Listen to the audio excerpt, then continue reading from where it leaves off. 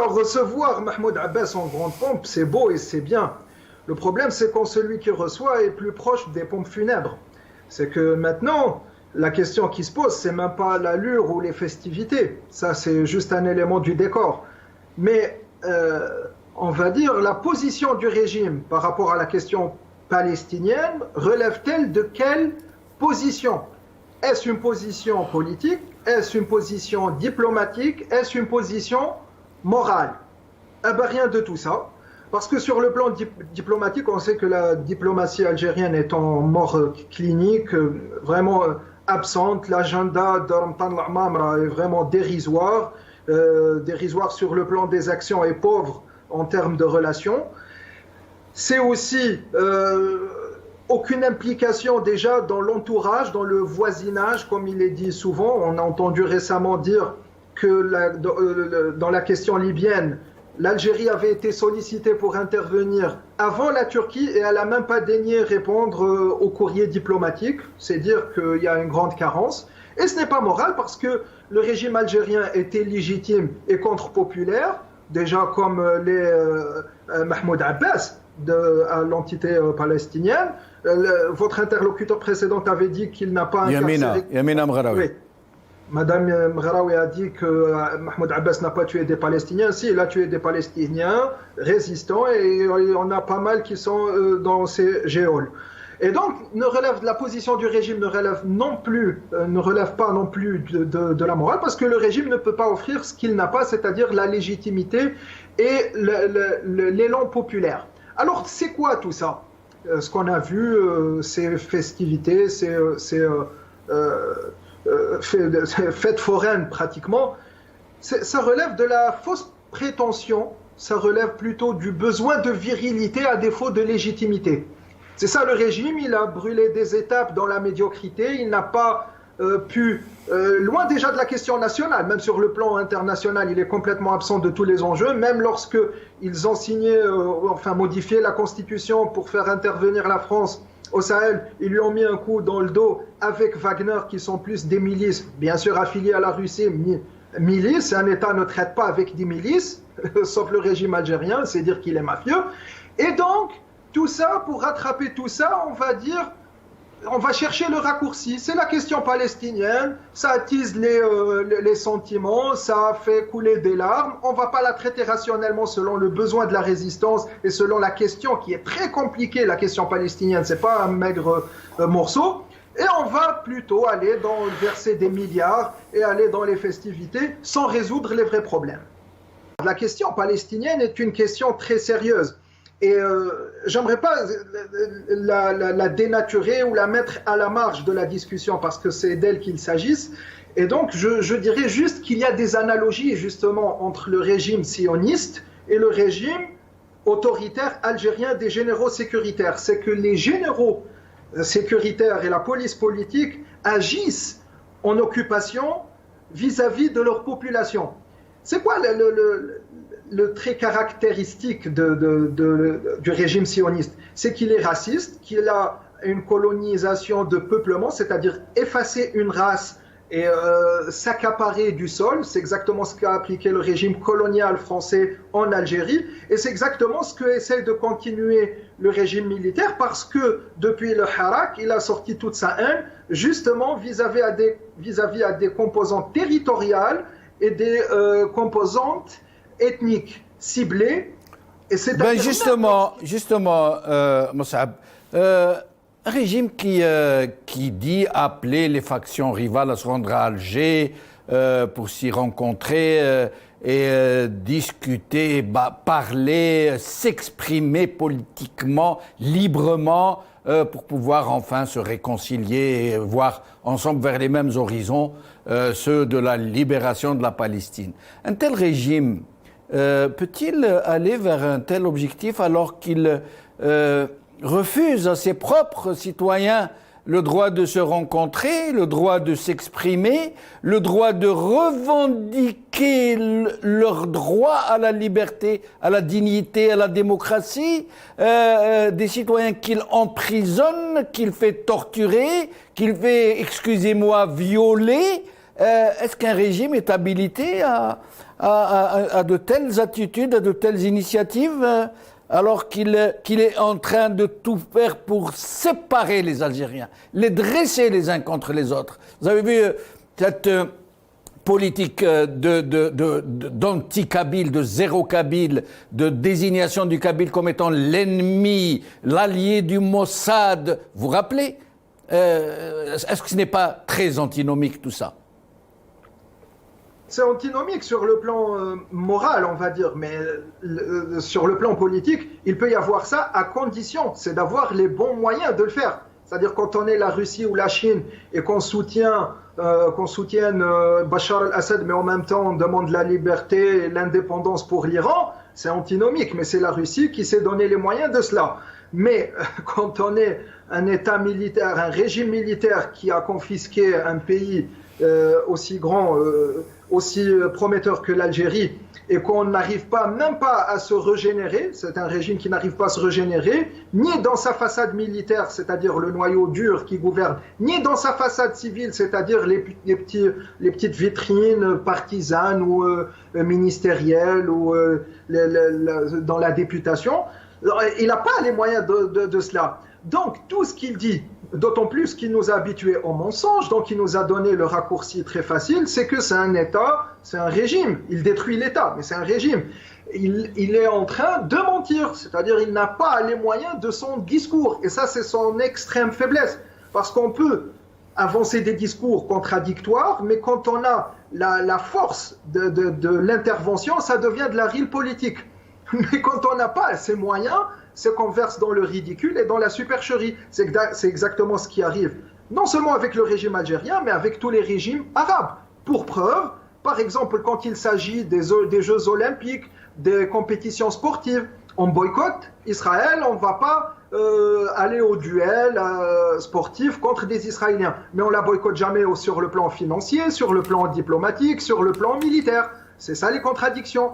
Et donc, ici, on a des régimes, ici je parle pour tous les régimes arabes, excepté un ou deux à ceci près, mais concernant l'Algérie, c'est de supercherie en supercherie, tout ça ne tiendra pas. Et puis, permettre aux Palestiniens et faire en sorte de dire aux Palestiniens, venez, soyez fraternels, khawa khawa chez nous, alors que nous, on n'est pas khawa khawa, et qu'on a transformé khawa khawa avec notre population en adawa adawa, là c'est quand même très court. Ce sommet, d'ailleurs, existe-t-il réellement un pays arabe actuel, dans le monde actuel que nous vivons, qui soit réellement démocratique, qui tienne vraiment compte des libertés de son peuple, de ses droits, qui ne soit pas dans la gabegie, dans l'impéritie, dans le détournement, dans le pillage, dans la torture, dans la répression, dans l'oppression. Ça va servir à quoi, cet autre machin, Moussab? En fait, le sommet des pays arabes, si on prend le nom culturellement, il est là. Bon, c'est un processus historique qui a abouti à cela. Mais maintenant, si on parle politiquement, c'est plus une réunion des pays autoritaires, c'est-à-dire une petite fête de dictateurs.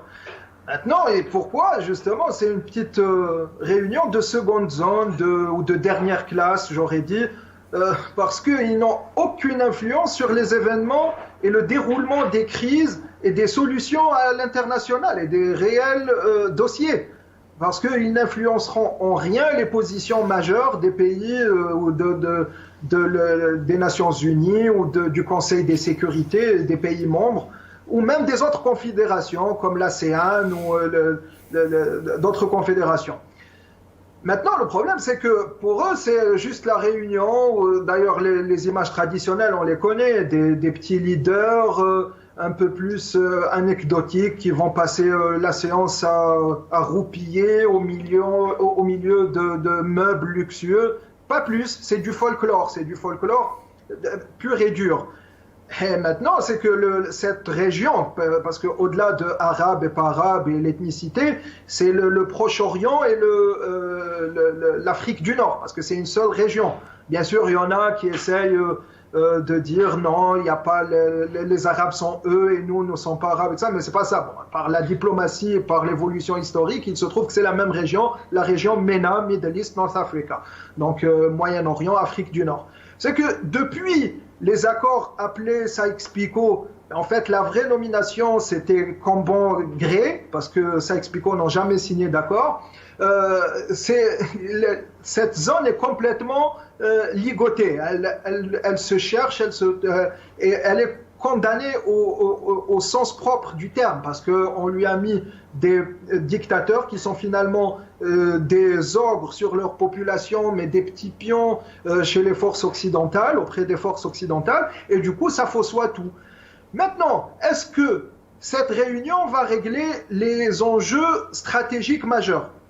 Non, et même pour l'Algérie, parce que l'Algérie, dans sa dualité avec le Maroc, c'est que le Maroc a porté la confrontation à un niveau plus élevé. Bien sûr, le Maroc, le Makhzen aussi, c'est un État autoritaire, c'est un État qui n'est pas légitime, il a une composante obscurantiste, parce que le régime de Makhzen, il ne s'est pas régénéré, bon, il a fait juste des modifications, mais en acceptant la normalisation et concluant l'accord avec les États-Unis, c'est qu'il s'est donné comme allié la puissance numéro 1 mondiale. Donc l'Algérie, qu'est-ce qu'elle va faire dans son sommet des pays arabes? Elle peut faire ce qu'elle veut, elle n'a pas une grande marge de manœuvre. Et je dis bien l'Algérie, pourquoi? Parce que c'est vrai que nous séparons le régime de l'État et de la nation, mais le problème c'est que puisque le régime des militaires est au commandement, il est en train de détruire l'État. Et nous sommes à une époque de l'histoire où il est très facile de détruire les États. Rappelons-nous, il n'y a pas très longtemps, le Soudan était le plus grand pays d'Afrique, et facilement, mais avec une rapidité sidérante, il s'est divisé en deux. On l'a divisé sous nos yeux rapidement et sans gêne. Le conflit libyen actuel, quand il s'est arrivé vraiment au paroxysme, surtout avec l'embargo de Tripoli, la question c'était, oui, allez, on va diviser la Libye en trois. Maintenant, c'est très facile, parce que ces régimes frivoles, impuissants, mais très sclérosés, d'une mentalité dépassée, ils arrivent à penser qu'ils peuvent détruire et qu'ils doivent même détruire les nations s'ils ne restent pas aux commandes. Et c'est ça la dangerosité de la situation. Au-delà de la question palestinienne, en fait, la question palestinienne n'est pas uniquement palestinienne et locale. Elle a des répercussions sur toute la zone parce que cette fragilité, elle est complète et totale. Ce que dit le régime sur ces phrases un peu étourdissantes dans les mots de l'homme et tout ça, c'est vraiment de la verbosité, ça n'a aucun poids, ça mange pas de pain. Non, le régime algérien, bien sûr, il trouve que à chaque solution, il a un problème à offrir. Ce n'est pas l'inverse. Maintenant, de cela à dire que on peut avancer ou avoir peur d'une potentielle révolution ou de famine ou du front social, je ne suis pas tout à fait d'accord parce qu'en fait, il y a une caractéristique avec le Hirak, c'est que le politique a précédé le social, c'est son précédent dans l'histoire parce que d'habitude, traditionnellement, c'est le social qui précède et donc les gens vont chercher directement à manger. Là, c'est le contraire, c'est le politique et donc de cela, les gens vont savoir que le problème, ils le savent d'emblée, le problème de leurs maux, de la souffrance et de la menace sur le pays de l'Algérie, ça vient du régime. Donc initialement, c'est le politique qui prend le dessus. Une révolte sociale n'est pas à craindre.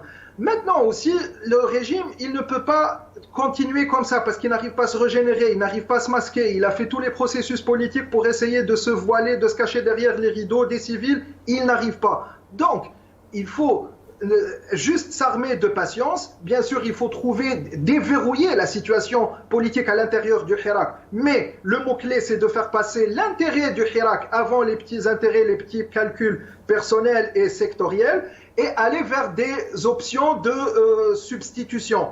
Mais sinon, sans cela, bien sûr, un régime qui est impopulaire, qui est contesté, qui est en fin de vie, en mort cérébrale, il faut juste le pousser à la fin puisqu'il ne peut pas offrir la solution ni à lui ni aux autres défis majeurs tels la question palestinienne, etc.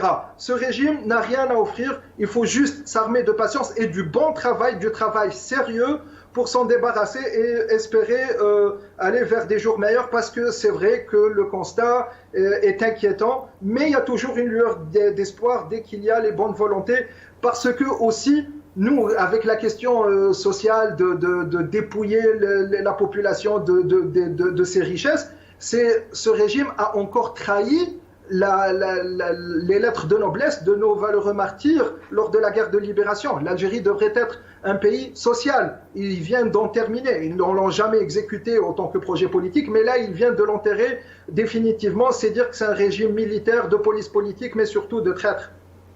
Merci.